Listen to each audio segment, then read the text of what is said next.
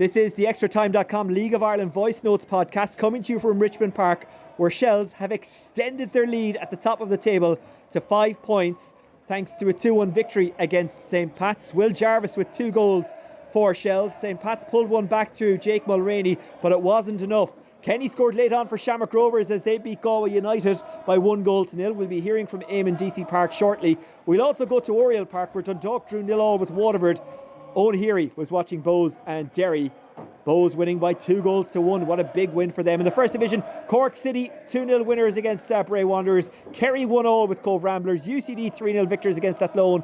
And Wexford Town 1, Finn Harps 2, a final score. The Shelbourne fans still singing here in Richmond Park, and why wouldn't they? It may be St. Patrick's weekend, but Keith Treacy, it certainly wasn't St. Patrick's night. No, I think Damien Duff will be absolutely delighted with how his Shelbourne team have gone about it. For 70 minutes they've come to Inchicore at this Dublin derby, and they were the better team. The last 20 minutes patched up the tempo, they got a goal, they started putting some dangerous balls into the box, but for 70 minutes, Oisin, they were largely very, very comfortable Shelbourne. Pat's build-up play was really slow, really methodical, no imagination to it, and like I say, Shelbourne too comfortable. As I said, Damien Duff will be over the moon with how they've come here and they've competed. The recovery runs were really, really quick, and you know, we can see the whole pitch here. When Pats would win the ball and they try and spring forward, the Shelbourne players were matching, if not outrunning the Pats players. So fitness levels for Shelbourne are through the roof, look really, really strong at the minute. Talk me through their 2 goals. Will Jarvis with 2 really well taken goals, but he had so much time and space for both of them. Yeah, and look, I think Freeman obviously getting a yellow card early on in the game and being left for dead once or twice by Jarvis, I think, was in the back of his head, because the space he gets for the 2 goals, it's acres. At this level, Oisin, you're going to get hurt. You've got to get down the line of it. And I understand he's on a yellow card and he doesn't want to dive in, but as I say, you can do things to manipulate him into certain areas where your mate can come and help you. To be that standoffish and give him the freedom in the box, he can go down the wing, he can take the shot off. Just wasn't good enough all over. When Soybear come on, he did a little bit better, but it wasn't long before he got a yellow card himself, so he then had to be a little bit less aggressive in his defending. You can tell me if I'm being fair or unfair, accurate or inaccurate. St. Pat seems slow and laboured again tonight. Is that an accurate statement? Yeah, I think, again, for the first 70 minutes, slow, laboured. You know, Shelbourne were pressing them really well, but they were pressing them. It wasn't a full court press, it was more of a half court press. Shelbourne were happy putting them into areas. And Shelbourne didn't have to work that hard out of possession because the build-up play from Pats was so slow. And when Shelbourne did win it back with Sean Boyd up front, you just throw a ball up to him, he takes it in, holds the ball up, and they can transition out of being a defensive team, transition into being an attacking team because of Sean Boyd being such a good target man. Can St. Pat's get out of this funk? 4 wins from 6 games. Sorry, 4 losses from 6 games, just 2 wins. Yeah, 4 losses from 6 games. They've only had three home games. This is their 3rd home game, Oisin, and they were really disappointed against Bohs. Let the game drift for long periods, and then they got the sucker punch of the penalty late on against Dundalk. The performance was a lot better, but still, it wasn't a 90-minute performance. Felt like there was a little bit more to come, and they've let themselves down again here tonight. Although I do give Shelbourne an awful lot of credit, but Pats weren't really at the races tonight. Let's get carried away. Just 6 games in. Can Shels win the league? Can they win the league? My initial answer would be no. I don't think so. I think with Europe coming and the games, they're going to be awfully stretched, and the squad they have is really, really good. When you look at the bench, maybe the levels come down ever so slightly when they get 1 or 2 injuries, but so exciting. Europe to come, top of the league after 6 games. Damien Duff is doing an incredible job at that squad. And all the subs and lads who didn't get to play are down under us here in the TV gantry. And none of them look like they're getting carried away. They don't look like they've just got a big win in a Dublin derby. I gave the thumbs up to Shane Farrell, and out of politeness he acknowledged it and gave me a thumbs up back, but it wasn't like he doesn't have a big beaming smile on his face or anything. None of them do. That's telling, isn't it? No, it's very hard to get carried away. I've listened to Damien Duff last week when they had their 13 points and he said, we're here, we've 13 points, and it's just brilliant because the man has done everything. He knows what he's talking about, and he won't let them get carried away. They seem like a really honest bunch of lads. The work rate they have is spectacular, and it's all because of the manager. And I don't think anybody will fancy playing the Shelbourne team. Okay, Keith Treacy, thanks very much for joining us here in Richmond Park, where we have seen Shels get a 2-1 victory against St. Pat's. You are listening to the Extratime.com League of Ireland Voice Notes podcast. You're listening to the Shels fans singing. We're going to go over to the other side of the ground and get some reaction now from both managers. And Well, that'll be in a few minutes' time for me as I talk to you live, but to you, it's coming up right this very second. Jon Daly, St. Pat's manager, unfortunately a 2-1 defeat here to Shelbourne at Richmond Park. What are your thoughts on the game? Obviously disappointed to lose. I think the goals we gave away were poor goals. Probably Shelbourne looking at it as good goals on their part, but we knew what Jarvis would do. He's obviously very right-footed. We'd much rather him go on the outside, and we opened up the goal for him and allowed him 2 kind of free shots to pass into the goal, which was disappointing. And it was again something we highlighted at half time about nullifying that. So it's disappointing. It's disappointing to concede goals in that manner. But what I will say is I thought the reaction to that I thought was very good from the players. I thought the intensity that they went at to try and get themselves back in the game. We get a really good goal. And then just unfortunately we couldn't manufacture that with a chance to create the next goal. You didn't create too many chances tonight. Is that frustrating, A, and B, why is that? I don't think many teams create many chances against Shelbourne, to be honest with you. The way they defend very deep. We've obviously got Paddy and Malloy in there that stick their head on crosses and block shots. There was a lot of block shots and a lot of bodies between us and the goal. So we spoke about trying to have a calmness and trying to create that, play that extra pass to try and open something up. But credit to Shelbourne, they defend very well, and I think they do that. They do that, especially when they go ahead. I'm sure there's other managers have spoken about that in the past, about when they go ahead, they're very difficult to claw back, and we managed to get one back and just couldn't, as I said, manufacture that next chance to get us back level. I know it's tough when teams drop deep, but there's times where you seem to have a lot of possession but maybe not much incision. Do you need to up the pace, up the intensity, maybe go a bit more direct, try and get more crosses in? How do you see it? I think we pumped plenty of crosses in the box tonight. I think, as I said, Paddy and Gav Malloy won a lot of headers. We probably need to time our movement a bit better across them rather than behind them. But look, it's obviously disappointing. We're obviously well aware of where we're at and what we need to do, and we need to start picking up points. And I don't think, I don't think the performance, I don't think there was an awful lot in the game, to be honest with you. You might say differently, but I didn't think there was an awful lot in it. It's 2 moments from Jarvis where we kind of stood off and backed off and didn't dictate to him where he should go. He was in control of the situation. Has the break come at a good time or a bad time now, or would you rather just get back out there as soon as you can? Yeah, you obviously want the games to come around as quickly as possible. You don't want to be having a break, but it gives us time to do a bit of work and to make sure that when we come to draw it in the next game, we're ready to go and hopefully pick up them 3 points. Thanks, John. Thank you. Damien Duff, Shelbourne manager, you must be delighted with the win and the performance. Yeah, delighted with a lot of aspects, I guess. Obviously with the win, the most important thing. Not so delighted with other things, not trying to ruin the lads' weekend, but I told them that after the game. But here to come to Inchicore and come away with 3 points, magnificent. What was the difference?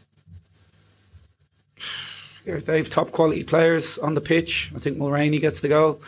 And like I touched on before the game, we have top quality players on the pitch. I think people are quick to forget that. And up steps Will Jarvis. Yeah, there's a lot of great performances in the team, but he scored 2 absolute wonder goals. So you could argue it was him. They were fantastic finishes, but equally impressive was maybe the speed of attack and the ability to get the ball to him in space, just the moves to create those goals. Yeah, I'm not going to take any credit for anything like that. The lads worked the ball up the pitch, made the right passes, counter-attacked with real speed, and we obviously got, I think that was the second goal from it. So, listen, that's his quality, we know about it, but on top of Will, especially defensively again, I think there was a lot of brilliant performances. I think we allowed them back in the game the last 30 minutes per goal, not getting out of our box. And didn't keep the ball well enough last 30 minutes to get us back up the pitch and back into the game. But here we weathered the storm and a brilliant win. And regardless of what anyone says on the ground, a deserved win. Yeah, I don't think anyone could argue with that.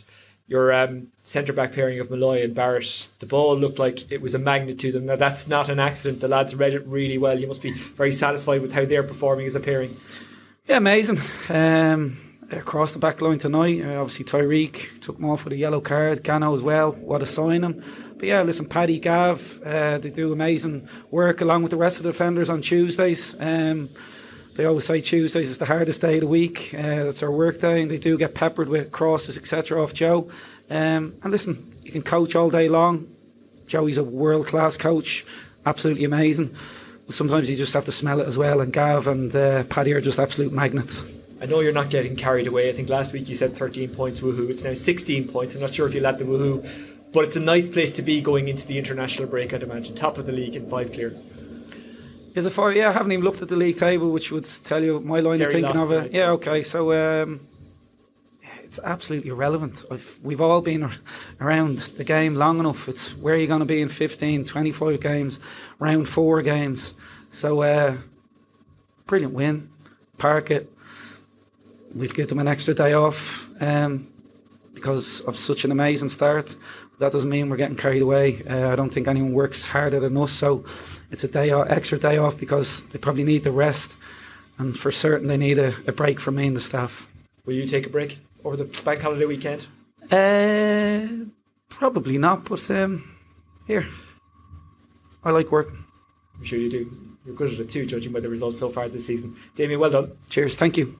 This is the Extratime.com League of Ireland Voice Notes podcast, and that is all the reaction from Richmond Park, where St Pat's lost 2-1 to Shels. Now, I'm re-recording this part of the podcast specifically on Saturday morning, because while he didn't mention it in his interview with me on LOI TV, Damien Duff did tell the written and online press that one of his staff was racially abused. And, well, we all know it, don't we? There's no room for racial abuse or any kind of abuse in football, and it's just something that is very, very wrong.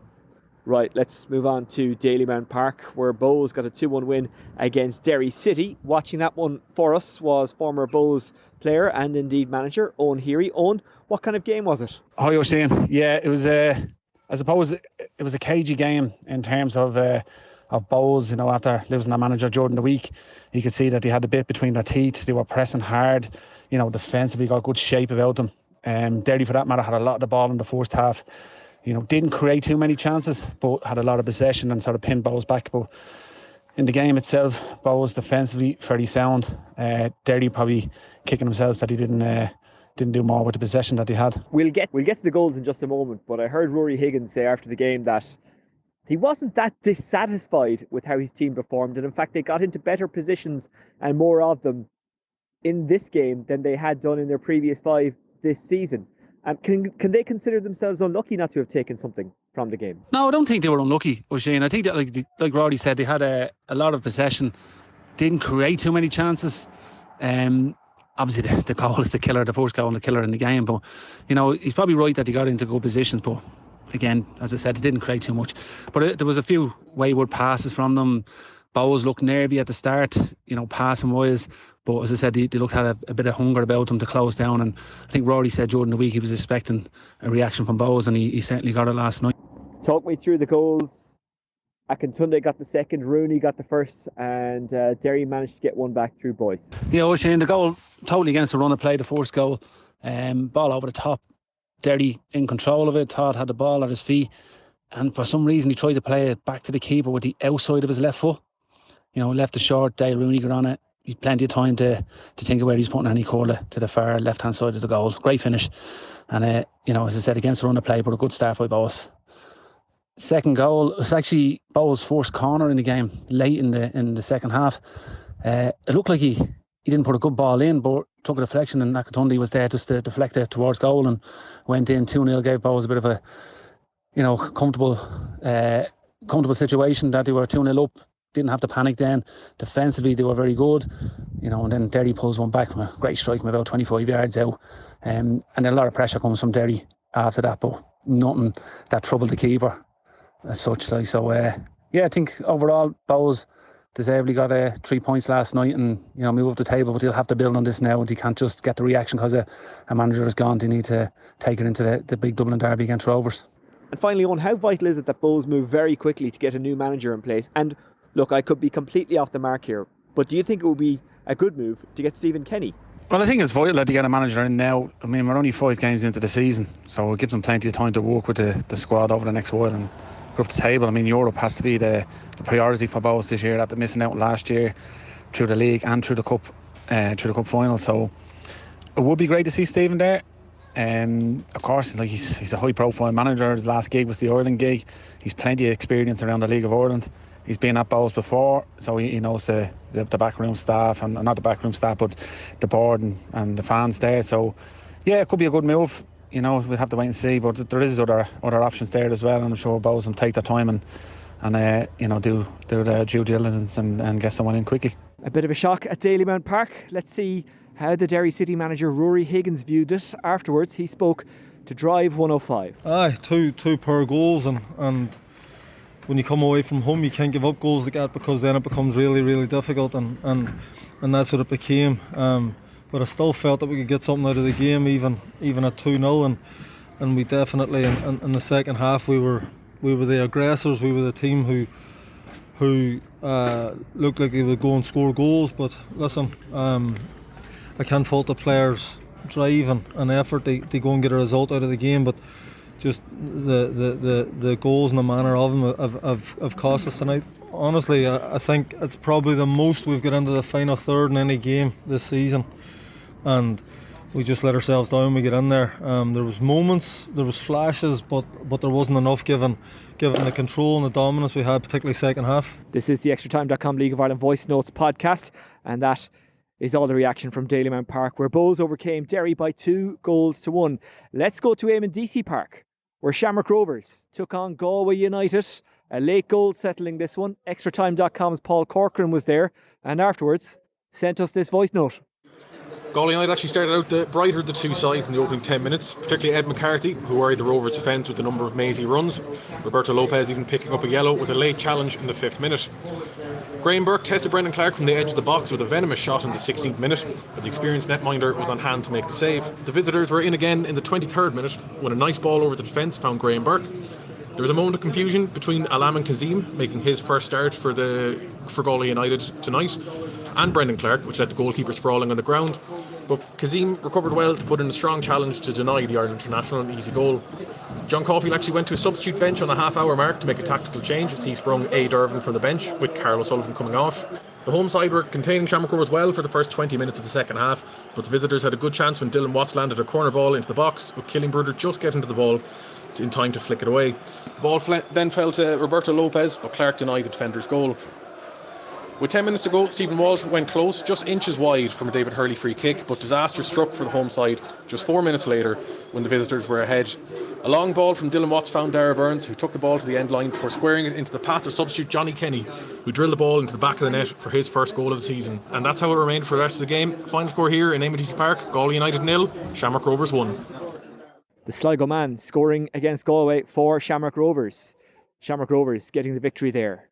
Let's go to Oriel Park, where Dundalk were taking on Waterford. Extratime.com's Tom O'Connor was there, and afterwards, guess what he did? Oh, you know at this stage.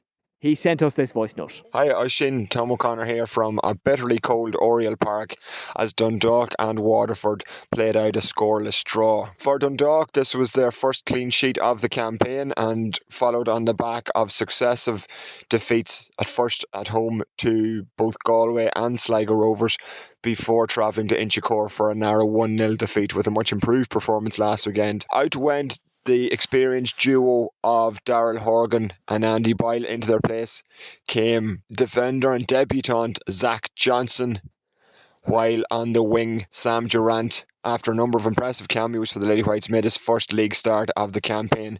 For the visitors, Waterford, it was also two replacements, with the suspended Dara Leahy, an ex-Lily White, been replaced by another former Lily White in the shape of Robbie McCourt, while Harvey McAdam came into the side also. The opening exchanges saw Dundalk on top, with visiting goalkeeper Sam Sargent having to be in his best to repel a Robbie Benson effort, while as the half drew to a close, it was his counterpart Ross Munro and his left shin pad who denied the informed Pádraig Amon. A left wing cross from Conor Parsons was expertly headed downwards by the Carlovian, but despite his rich vein of form, he was foiled by the Scottish goalkeeper. Second half, again, both sides came out. A couple of half chances for both sides. It was the best chance came late in the second half when Cameron Elliott, who had come on as a sub for the injured Jamie Gullen, found space inside the Waterford penalty area, but again was foiled by the outstretched arm of Sam Sargent, who, again, similar to Ross Monroe in the Dundalk goal, both goalkeepers recorded their first league shutout of the campaign. So from a bitterly cold Oriel Park, it has finished Dundalk 0, Waterford 0 as we head into the international break. Well, that's almost it for the Extratime.com League of Ireland Voice Notes podcast from here in Richmond Park. Let's just run you through the full times yet again. Bohs 2, Derry City 1, Dundalk 0, Waterford 0, Galway United 0, Shamrock Rovers 1 and St Pat's 1, Shelbourne 2. In the first division, Cork City overcame Bray Wanderers 2-0. Kerry and Cove Ramblers drew 1-1 in Mount Hawk Park. UCD 3, Athlone Town 0, a full-time score. And Wexford losing 2-1 at home to Finn Harps. On Saturday in the Premier Division, Sligo Rovers hosting Drogheda. Kickoff is at 7:45. It's live on Ocean FM. LMFM will also have online commentary and you can watch it on LOI TV. In the first division, Longford Town take on Treacy United. In the Women's Premier Division on Saturday, Bohs meet at Lone, Shamrock Rovers take on Wexford, Galway United play Cork City, Peamount meet Shelbourne and Treacy United are up against DLR Waves. Let's just remind you of how the table looks. Shelbourne in the Premier Division, this is Shelbourne on top on 16 points, Derry second on 11 points, Waterford third on 8 points, Galway fourth on 7 points, Bohs also on 7 points, they're in fifth, Sligo Rovers sixth on 6 points. A win will put them second against Drogheda if they can get that win. That's tonight, Saturday. Shamrock Rovers 7th on 6 points. St Pat's 8th on 6 points.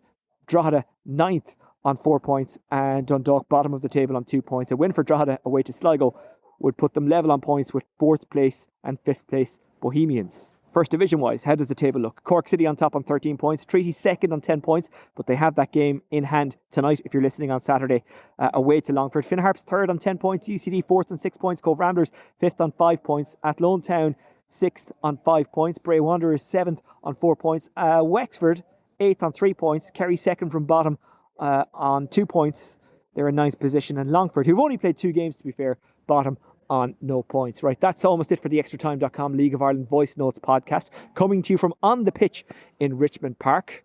If you can, like and subscribe and give us a positive review. It all helps.